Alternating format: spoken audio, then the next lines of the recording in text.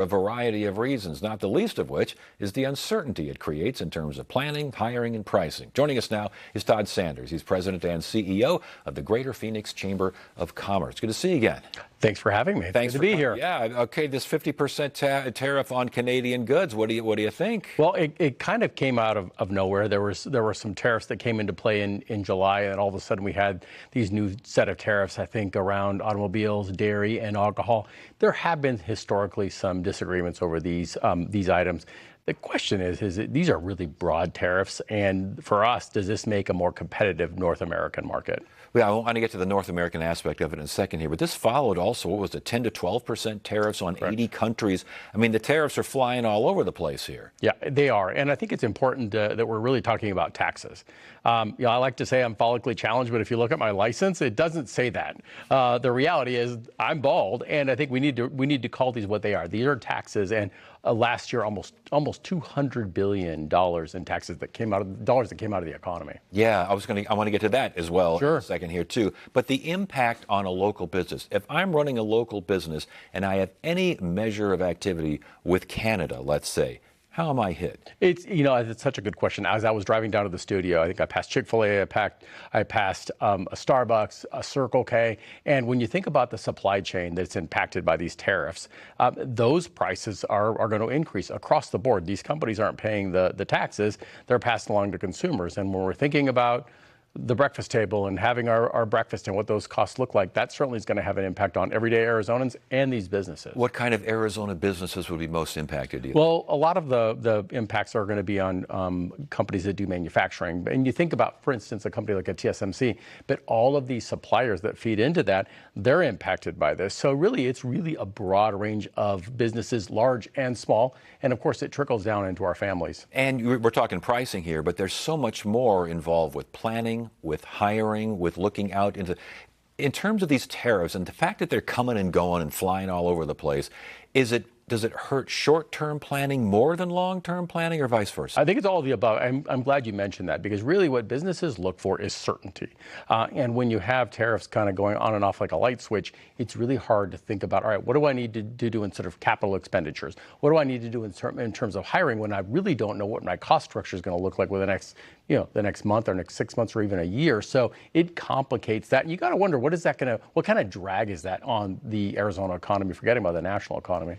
Yeah, as far as the Supreme Court striking down tariffs, did I miss something here? Or they struck them down? And they did, but it was the administration was using a different provision, sort of an emergency powers provision.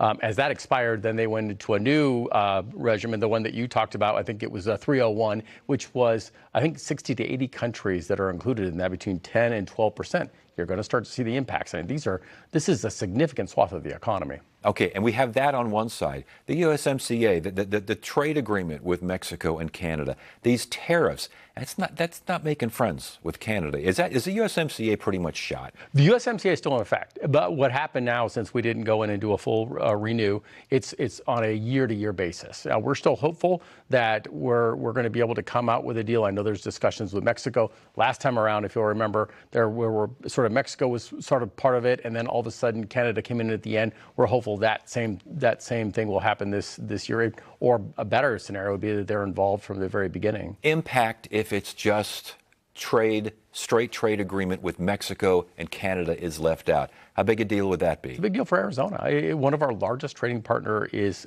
Canada, and they're important not only to Arizona, but when you think about that North American trade bloc, we're looking at Europe, we're looking at Asia. We have to have a strong trade bloc in North America. So I think it's critical that they're included. And bad enough if Canada is not included. What if the president just scuttles the whole trade agreement? Well, we're focused on it moving forward, but I think we've proven that when you look at the supply chains, the integration with North America, between North American countries like Mexico and Canada, is critical. I do believe we're going to get there at the end of the day, because from a competitive standpoint, when you start to see what's happening in the rest of the world, we need to ensure that we have that right advantage here in North America. Up to now, the impact on the Valley economy overall, not just individual businesses, but the overall economy. What are you seeing?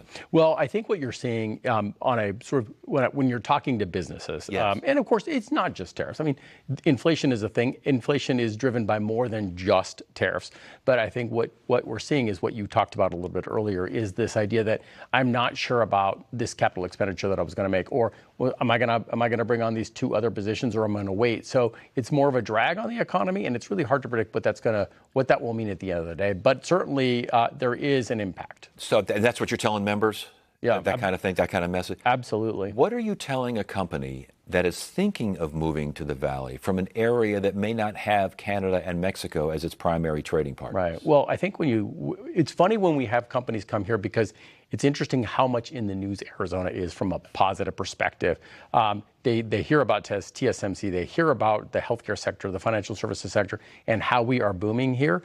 So in many ways, they're telling us the story about why they're moving here, the opportunity, the regulatory landscape, the tax landscape. So I think they're bullish, just like we are on Phoenix and on Arizona. Yeah, okay. But again, all bets are, I mean, they're moving the goalposts. These tariffs literally are moving the goalposts. You know, I wouldn't bet against Arizona businesses, though. Yeah, we are feeling it, but we're strong. We're moving forward. And I think at the end of the day, we'll get past this and continue to be one of the fastest growing states in the country. Todd Sanders, Phoenix Chamber of Commerce. Good to have you here. Thank you for having me.